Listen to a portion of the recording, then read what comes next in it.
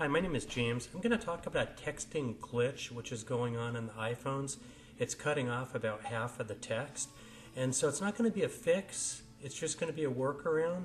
I'll give 3 workarounds and explain why this is happening. The reason it's happening is that anytime if you type a new message, it wants to show in the address bar who it's being sent to. Okay? And the first workaround is to never use new messaging.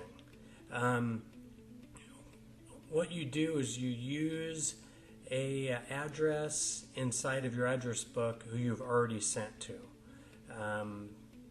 So say if I go here, if I go cancel on this one, say if I already sent to this person, BB, if I've already sent to them, it doesn't show their texting address in the address bar, so I can text all I want.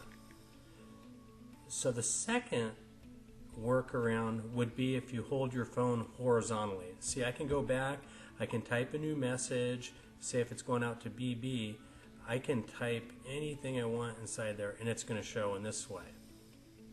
Okay, and the third workaround is, say if you want to send to somebody who you haven't sent to before, just send a photo first. And so here, I'll go through my photos. Okay, say this one right here. Send a photo and say I want to go out to BB. I would delete the photo now, and then I would start typing my message.